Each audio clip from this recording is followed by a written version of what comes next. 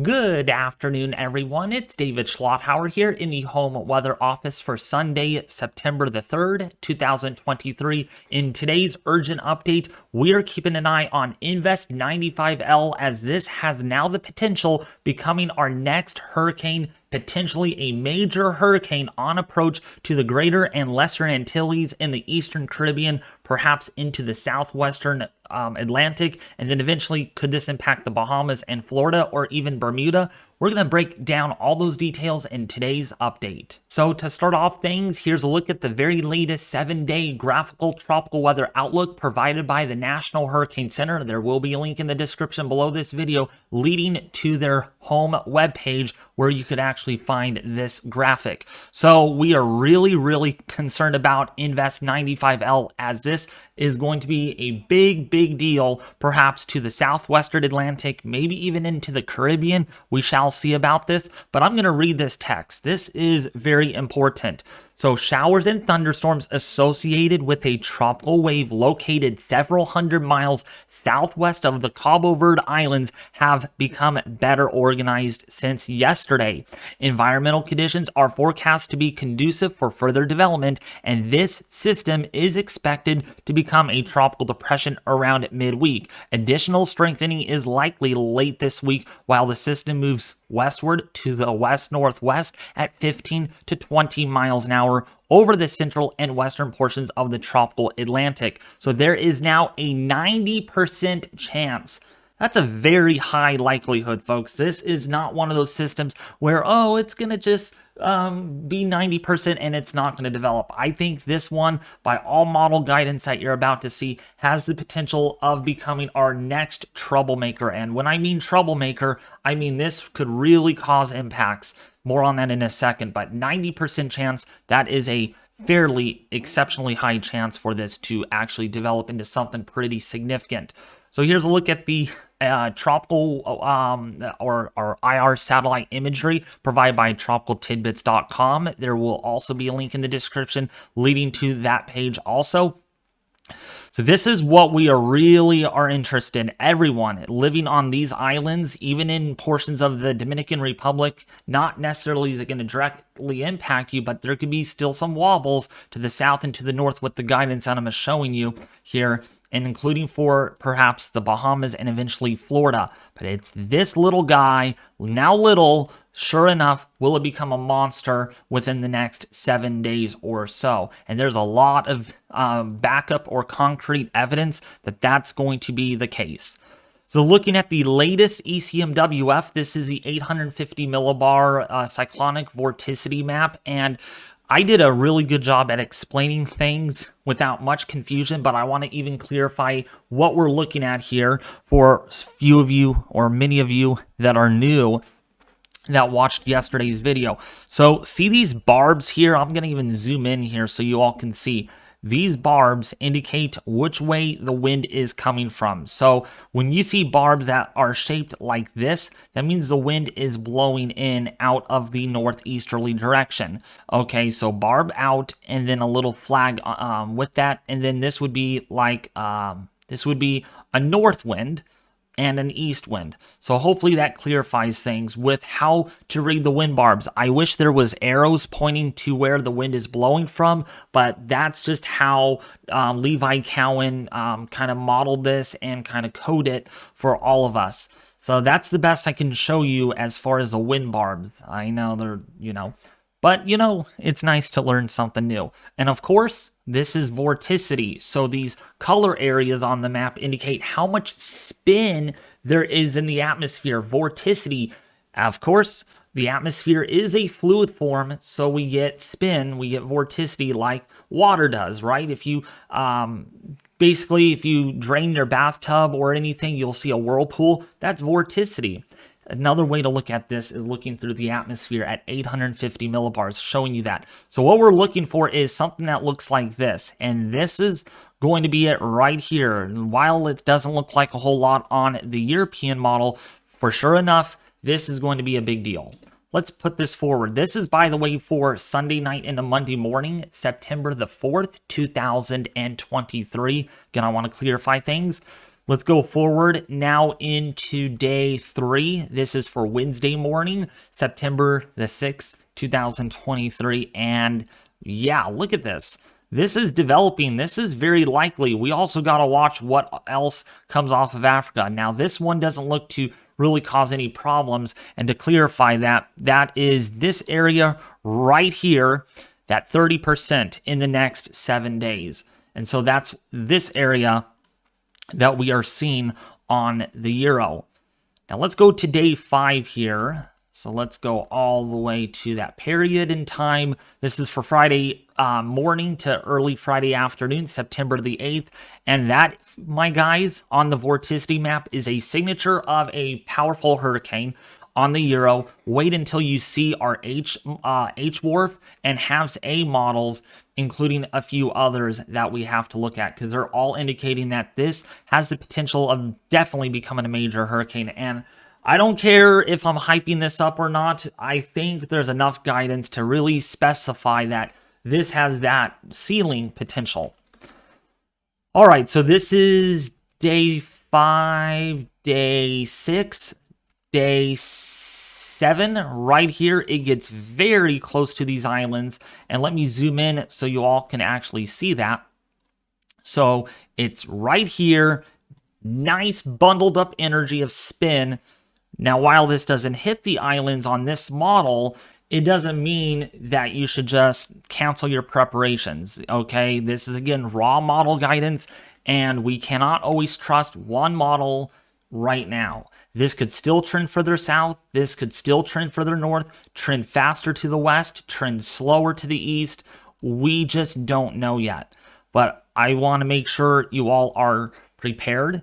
I did a good job in yesterday's video at clarifying with what we might be dealing with, and I want to make sure I really iterate on that, because, I mean, a lot of you are watching this from, if you're in Jamaica, if you're in Cuba, if you're in the Dominican Republic, Puerto Rico, the Virgin Islands, St. Kitts Nevis, if you're on Dominica and Barbados, you're probably, or Barbados, either way you put it, probably curious about how this is going to all evolve.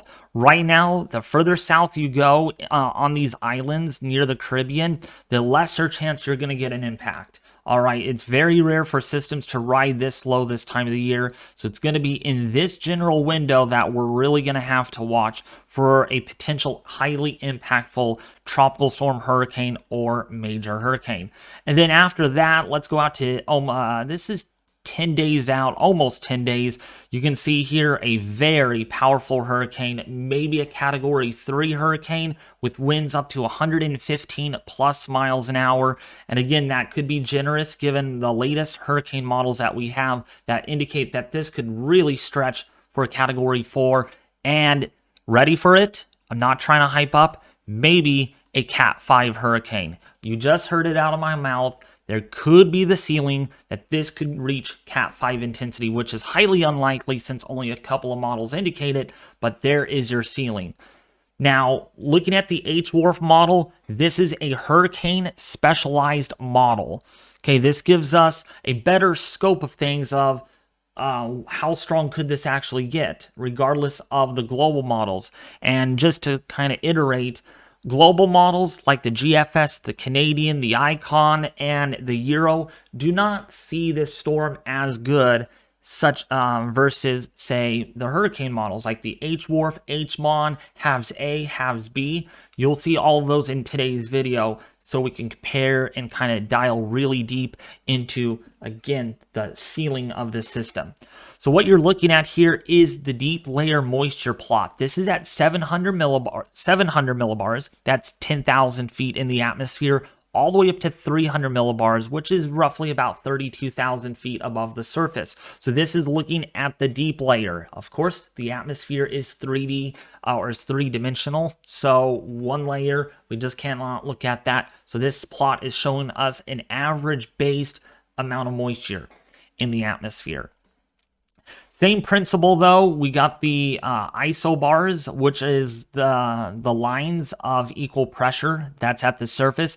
And then we get these wind barbs. Again, I iterated on this already just to double clarify. These are blowing from the northeast. So basically, to better simplify it, we have winds that are doing this around the cyclone in the deep layers of the atmosphere. And then we have a little bit of a kink here in the flow, which again is our tropical wave. And that tropical wave is soon to become a beast and a troublemaker in itself. So looking at the moisture plot here, moisture values in the deep layers, 70+% in relative humidity. Let's go forward in time. By the way, that brown that you see to the north is a lot of the dry air, and you guys are thinking that, oh, that dry air is going to get shoved into the system. Well, the thing is, we're not expecting to see shear, generally less than 5 or so knots, which is going to literally allow the system to explode in intensity regardless of dry air. If we had shear, say of 30 or 40 knots, then this would be a no bigger. Okay, it would not be a big problem at all. But the shear is just very light, and this is soon to become something. All right, so this is, let's go to day 3. This is for Wednesday morning, September the 6th. Again, this is not the Euro. This is now the HWRF parent run, and that's a very good signature of a lot of moisture, a big pocket. That is, and the system lies right in the middle of that pocket of moisture with all the dry air not being shoved into the northeast and the northwest or even the west, which means the system is going to thrive pretty nicely despite any dry air that is surrounding the system. And then eventually, by the time we go to day 5, that is, again, this is a hurricane model. We don't go out beyond day 5. Specifically, this goes a little beyond that 5.5 days. You can see pressures 947 millibars, and then going forward, we even get down at 944 millibars. That would be a major hurricane of some degree, Cat 3, 115, 125. At this point, a major hurricane is certainly a possibility. It's not likely, all right, I don't want to get that far ahead of myself, but it is very much possible. Okay, it is definitely a non-zero chance for that to occur. We got moisture feeding into this. We got a little bit of moisture down here. Pretty good environment. Now, again, what are the chances of this hitting some of the islands as you see here? There is a very big possibility that this trends further south. We got to always prepare for the worst, folks, that this could trend further south, this could trend further north, and it could do a lot of other things that we don't want it to do. So even so that specifically it's headed in this general direction, I would not cancel my preparations. And that's why, specifically, if we go back to the NHC, again, they do have the islands here under a 90% chance. Quite a few of them. The Virgin Islands, even Puerto Rico, we can put you in that 90% chance. So that means there is some possibility that this could even thrive into the northeastern Caribbean in days to come. So that's a look at the HWRF deep layer moisture plot. What about the upper level environment? We are all wondering about that, right? So if we sample this is the 200 millibar wind plot from the HWRF. And what we're looking for here is a lot of anticyclonic flow beyond 3 days. And when you go out to 4 days here by Thursday, look at this. I mean, we have outflow pretty much in all quadrants. A nice good outflow channel to the north here. We got a barotropic, what we call, because it's high up in the atmosphere, it's not really at the surface. So a nice good strong barotropic ridge at 200 millibars here is really allowing this system to thrive. That means the shear is very light. We're not seeing a whole lot of shear here. By day 5.5, that is a very, very impressive outflow channel by all meteorological standards, spreading literally halfway around the circulation. So that means the shear is going to be generally under 5 knots. And to show you proof of that, if we do a sounding plot here, oh, it's not going to let us do one. But you get the idea. Just take my word for it that this is going to be a problem and the shear is going to be light. Now, looking at the halves A parent run, let's take a look at this one. Again, different models, different initialization points, different outcomes of what might happen, but it's generally the same here. By day, this is day 5, 969 millibars. It's not as bullish as the H-Wharf that really explodes pretty quickly with a lot of the moisture still in place. Even over here, we have a lot of moisture too. Not much dry air surrounding this. And by the end of the model run, we get down in 956 millibars. Now, if you all are wondering, what about the HAFS B parent run? Let's take a look at that. We got 948 millibars. Okay, so this is also pretty bullish with the H-Wharf model. Now, unfortunately, the H-Mon is not a parent run, but we can get a close in, zoomed in view on how strong this could actually get. And this right here, folks, is a 940 millibar system. That's 115 knots, by the way. See that? That is a major hurricane at this point, even 117 knots. So a Cat 4 on this particular model run. And to go through all the models with the winds here, that's also a major hurricane, 114 knots with pressures down to 944. That's the H-Wharf. Let's take a look at the HAVS A model with the winds. Again, this is not on the islands yet. This is 5 days out. Maybe a Category 2, maybe even a Category 3. Actually, this is a Category 3 with 110 knots, almost a Cat 4. And then let's take a look at the HAFS B run really quickly. This is 126 knots. That would be a high-end Cat 4 with pressures down to 940, 945 millibars. So there's nothing that I can say that this is going to certainly become a hurricane. I cannot really be too generous now because there's just so much model guidance. And if that wasn't enough, let me take a look. Let's actually look at the Euro model, the wind forecast, because this is pretty shocking.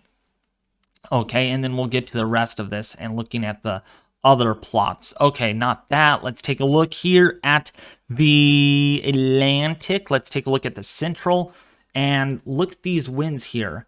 Let's play this through. This is 10 knot winds, by the way. If actually we go into the Caribbean, we can see the winds in miles per hour.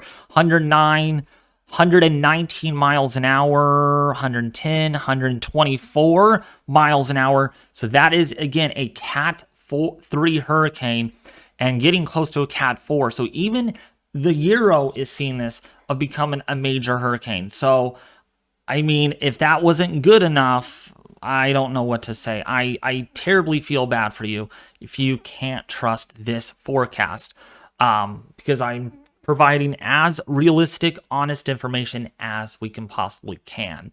So this is the H-Wharf on the wind forecast, and take note of the plot down here. 131 mile an hour winds. That is significant. When we go back here, definitely a Cat 3, Cat 4 hurricane. The HAFS B run in miles per hour. This is 126 miles an hour. So again, we can see here by day 4 and day 5 where this is going to go. Looking at the 12Z HAFS B for September the 3rd, 2023 here. This is, though, 4 days out for Thursday, and we can see also predicting a major hurricane here on the model. 128 miles per hour. That's what that is, miles per hour. And then could even get stronger than that as it gets very close to some of the greater and lesser Antilles, including the Virgin Islands, within the next 6 to 7 days. So that's not all we got here for today's video. What we also have is the spaghetti plot, and this is showing us where this is going to possibly head. Now, I want to make it clear in this video that Dr. Levi Cowan has put up a good reminder that this is not the map to use. Please make decisions, seek official info based on the NHC. So again, do not use this map to make decisions, seek official info as what he states. So please do the same thing. These are only models and forecasts, and a model is not a forecast necessarily. It's a guide of what could happen based on the state of the atmosphere. So there's a chance that this might not move to the northwest quick enough, and it might just continue doing this. And then if it launches off in this general direction, it could impact islands further south. So again, this is based on now and not the future, and it's based on the initial position of the system. Now, how strong could 95L get, and will this certainly become our next named storm? For sure it will. This will be Tropical Storm Lee within the next 24 to 36 hours is what my prediction calls for. And there's just not a couple of models indicating a Cat 3. We have many up in this on this chart of the spaghetti plot indicating a Cat 3 or greater. Now, to be specific, some of the models up here could be outliers, but this is very concerning. The HFBI and the HFAI, which I'm assuming would probably be the halves A and B runs, and then you got the HWFI and the HMNI indicating a Cat 4, but Cat 5 is certainly a very slim possibility. That's a 1 or 2% chance of it occurring. So my intensity forecast, are you all ready for it?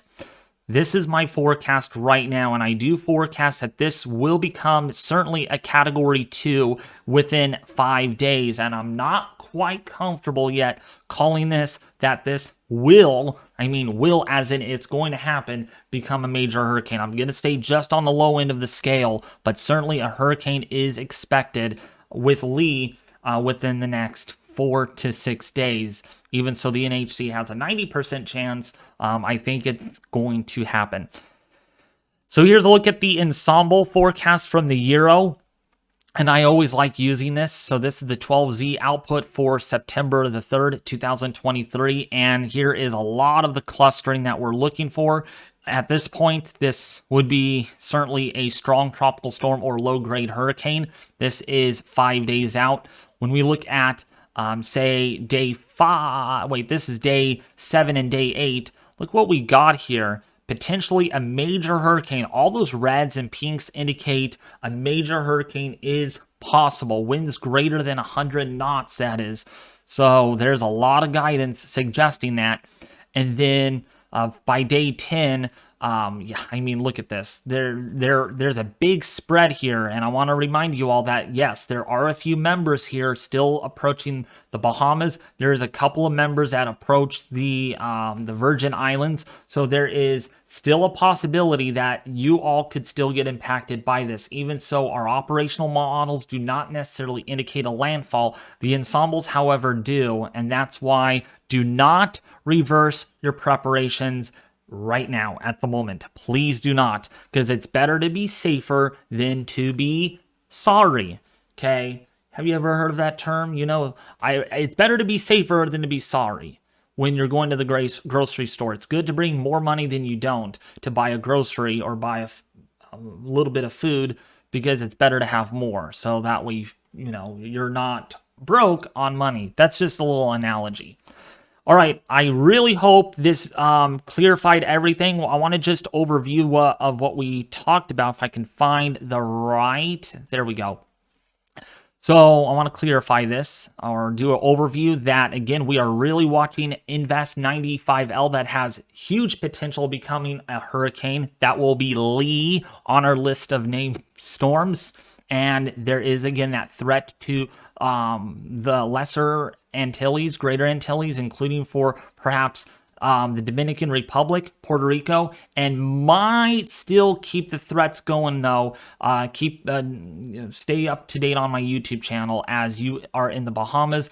Now, one last thing, could this impact the Gulf Coast? I did not want to forget about that. The chances of that occurring right now is very, very slim. I do not see any indications that this is going to go into the Gulf of Mexico at this given time. All right, the closest or the furthest to the west I see this going is probably right off the coast of Florida, might even go a little further west and impact Cape Hatteras. But again, that's beyond the 10-day time frame of numerical forecasting, so we don't have the answer. But all you need to know is there is increasing concerning threats that this could still impact the northeastern Caribbean and the southwestern Atlantic. I hope that video helped you out a lot. If it did, please consider subscribing if you haven't already. Share this video with their family and friends on social media, and also leave a huge thumbs up because I did a great job and I want to see what you guys think. All right, thank you all for watching.